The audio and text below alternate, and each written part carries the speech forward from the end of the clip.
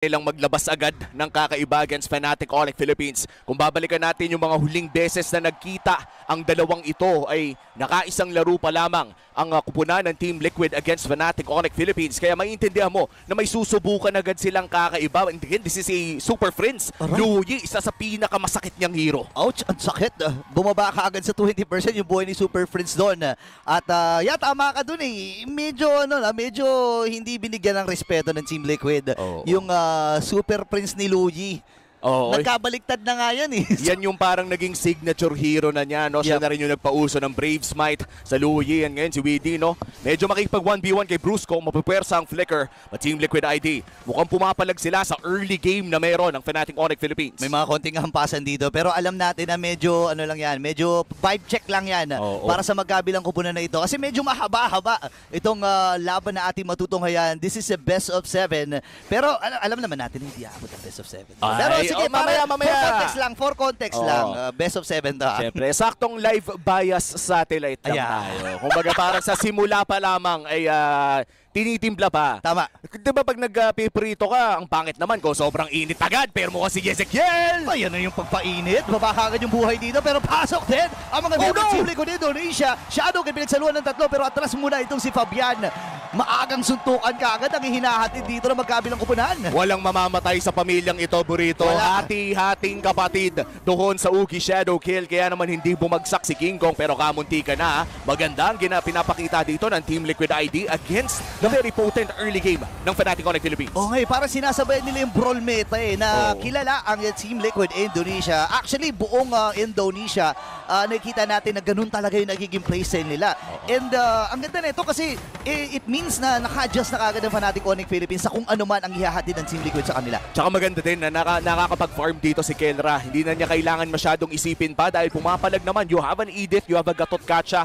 Kahit gaano kalupit yung mga brawl na ipakita dito ng Team Liquid ID ay may kayang ipalag ang Fnatic Onyx Philippines ng early game pa lamang. And I might say na lamang pa nga sa damage ng Fnatic Onyx Philippines as long as maiwasan nila yung bola-bola ni Ezekiel. Ay, mahapdi talaga yan, no? And kailangan lang nilang gawin dito ay secure na yung mga posisyon ng kanilang mga malalambot na hero. For example, si Kerry, si Super Friends.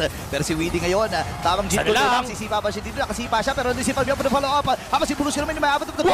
Iwasan yung pinakahuling washing dito ni Fabian. Ngayon naman ipasok na rin ang Fnatic Onyx Philippines. Bumaba na si Kirk doon sa kanyang primal rat. Habang meron diversion play na gagawin. And Kirk with that first blood. Tumama na yung mga kidlat-kidlat ni Kirk. At tandaan natin, percentage health damage yan. At si Brusco, napaka-clutch ng kanyang Avatar of the Guardian. Yung oras na hindi siya pwedeng matarget ay nakapag-heal pa ng Revitalize. Pero dahil nga ang daming na-burn, mukhang ang turtle na to ay mapupunta sa kamay ng Team Liquid ID. Maliban na lang kung makadaan si King Kong. Sabi nila ayaw tayo papasukin, di hihiro tayo. Meron namang retribution dito si Fabian. Insakto din lang ang pagpasok dito kay Kirk. Nakuha yung shadow kill. At din in follow-up from Fnatic Onyx Philippines. Pero sabi ni Brusco, hindi, sige, bigay na muna natin dyan.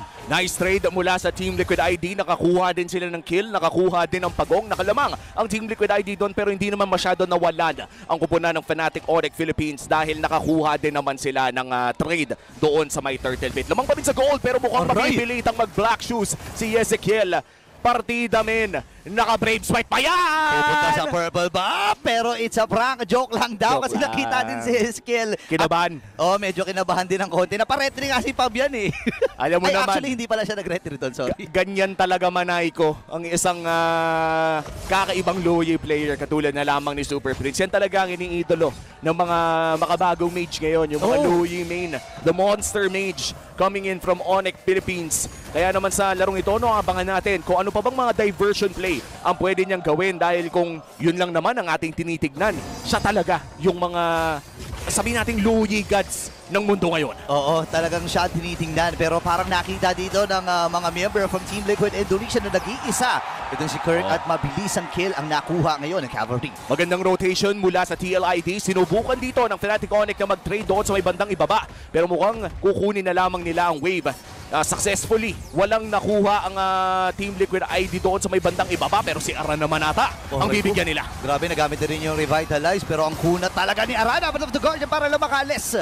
doon sa babad ng Ring of Punishment. Pero habang nangyari pa ng mga bakin yun, sa may bandang itaas may ginagawa na rin si Fabian, pero may gagawin din nata Fnatic Onyx dito. Si King Kong ang kanyang pinadala. Fabian nakita na, quad shadow out. At malinis ang escape dito ng TLID. And for the first time in this game, no, makakalamang na ang TLID ng sakto lamang. So still, an even ball game kung saan ay kaya pa rin pumalag ng Fnatic Onyx in this upcoming turtle. Kung makikita na nga rin dito ni Aran, si Brusco. Medyo malalim nga lang, no, yung tawid dun sa may top lane. Pero for Fnatic Onyx Philippines, hindi naman nila masyadong iniisip yan. Dahil nga, meron diversion play eh. May diversion ito si Super Friends na nakikita na natin eh, na may mga pakonti-konting pag-amba. Pero yung konting damage kanina, sumasakit na kay Super Prince. Nakita mo yung dispersion and rotation na dito kay Yezikiel na para ano siya, para black shoes sa kaagad dun eh. Pumuputok na parang chicharon. Wala pang New Year, may paputok na agad. Pero si Kelra, delikado to. Okay, umatras na siya dito. Quad shadow out.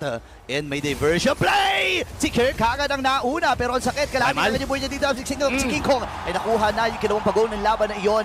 Ngayon ay iaatras na muna ng Fnatic Onyx Philippines at babalik sa kanya-kanya mga rotasyon. At habang nangyayari yun, Fabian muli ay tumatrabaho. Yun naman ata ang hinahanap ng TLID. Kung makaka-objectives o makaka-kill sa Fnatic Onyx Philippines, gusto nilang makakuha ng mga tore. Pero subiti na ata ang isusunod dito. Nahanap siya ni Brusco, pero masyadong makunat, masyadong mabilis. At makakatakas muna muli ang Team Liquid ID.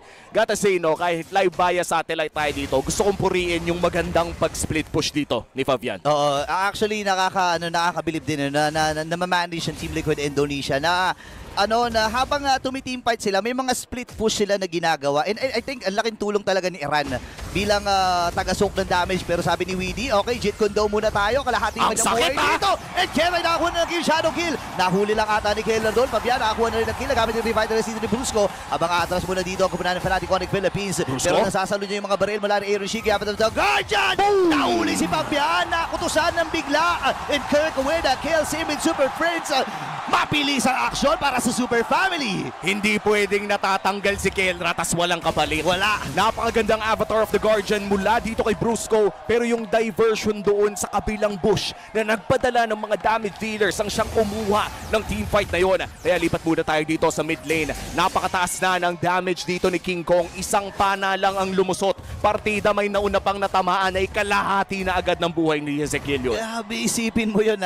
Ito yung nakakatakot para kay King Kong. Remember, kapag hinahawakan niya yung suyo, napakabihira. Bibilang lang sa daliri ang mga natatalong games kapag nakasuyo yan si King Kong. Oo. And kailangan pag-ingatan nito ng Team Liquid Indonesia. Bukod sa napakaraming kits ng isang suyo, sobrang gamay na gamay. Isa yan sa mga binatak talaga niya nung nandito sa MPL Philippines eh. Tsaka alam mo naman, kapag sa MPL ka nag-training, ay napakahirap talaga. Tama. Nasa hyperbolic chamber. Tama. Paglabas mo dito, ibang manlalaro ka na. At ayan na nga ang pamilya. Fabian, mag-ingat ka na!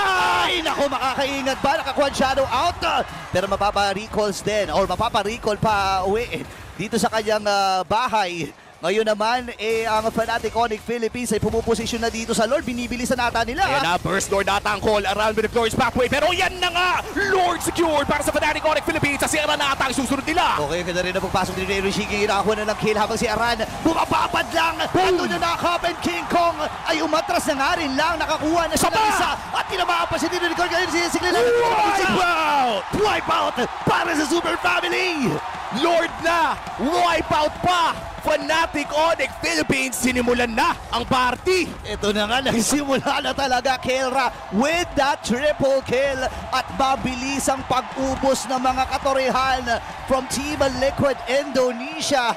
May kasama pa silang Lord na nasa itaas na nagmamarcha. At mapapanood natin yan sa instant replay presented by Kidia. Kitang-kita na naging maganda naman ang pasok dito ng Team Liquid ID. Walang mali na ginawa ang Team Liquid ID dito. Naging problema nila ay nagkumpul-kumpul sila sa combo doon ni Super Friends with the dispersion at agad-agad din silang na-knock up ni Kirk. Frumi-hit na lang dito si Kelra. Oo, tsaka isa rin sa mga naging rason doon, mamaya na magsamahan dahil si Weedy mali na papasukan pamilya. O isa pa! Nakalimutan nyo, Super Family ang hinaharap nyo ngayon. May diversion play dun sa hangin. Ngayon si Bruce medyo na-trap ata sila kung mayroon pang tore. Pero sabi ng Super Family, walang tori-tori sa amin. And sabi, nakakuha na rin si Kela Pita. At doon sa may bintana, napalibag itong si Aran. Double kill para sa gold standard. May pintuan yung base, hindi na sila kumatok. Wala na. Pero si Super Prince na pa-flicker na rin palayo. And Team Liquid ID, hindi mo pa iniimbita sa party,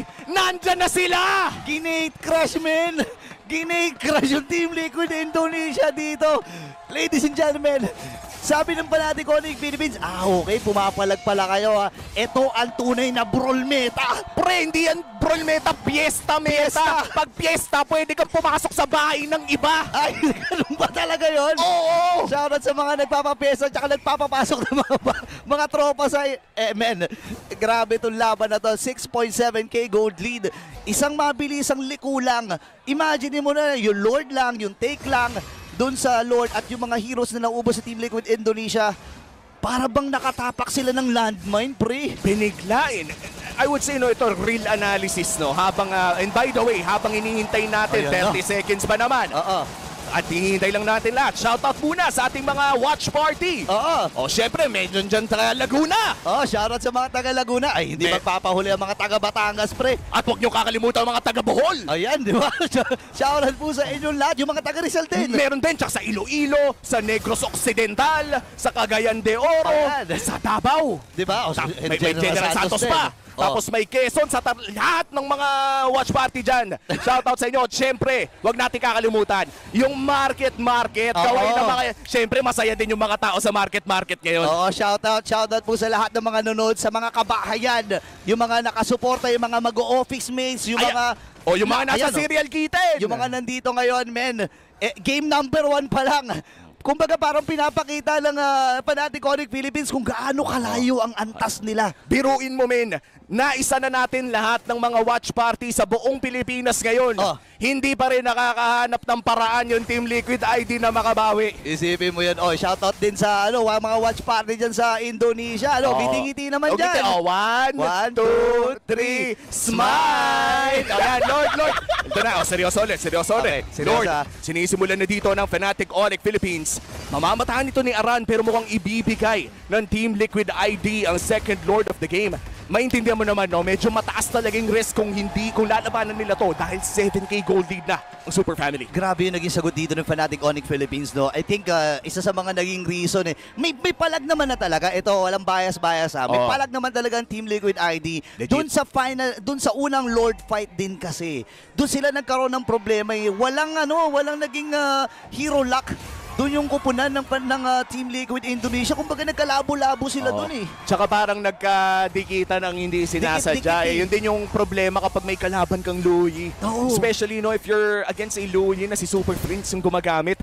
Ang nagiging problema doon yung Hayabusa hindi makalayo. Oo. The moment na may makalabit yung Hayabusang kakampi niya na iba yung kulay, bigla silang magdidikit. Oo. Tapos yung knock-up na manggagaling dito kay Kirk. Pero ito na, Lord Push sa may bandang ibaba. Si Kelra mag-free hit. Pero mukhang agaran din itong matutunaw ng Team Liquid ID. Karespeto naman kasi talaga ang kanilang wave clear. No? You have Ililia and you have the Malefic gun, Bruno. Grabe. Kakakarnihin lang yung ganong tore. Wala na eh. Alam na ng Team Liquid na. Sige, pabayaan natin yan. Kakarnihin na kagad ni Kel Ryan. Ngayon, isunod na rin yung gitnang tore dito ng Team Liquid Indonesia. Nakabantay pa rin itong kanilang kupunan. Si Widi nahahanap ng sila. Wow! Nakahanap na siya ng isa.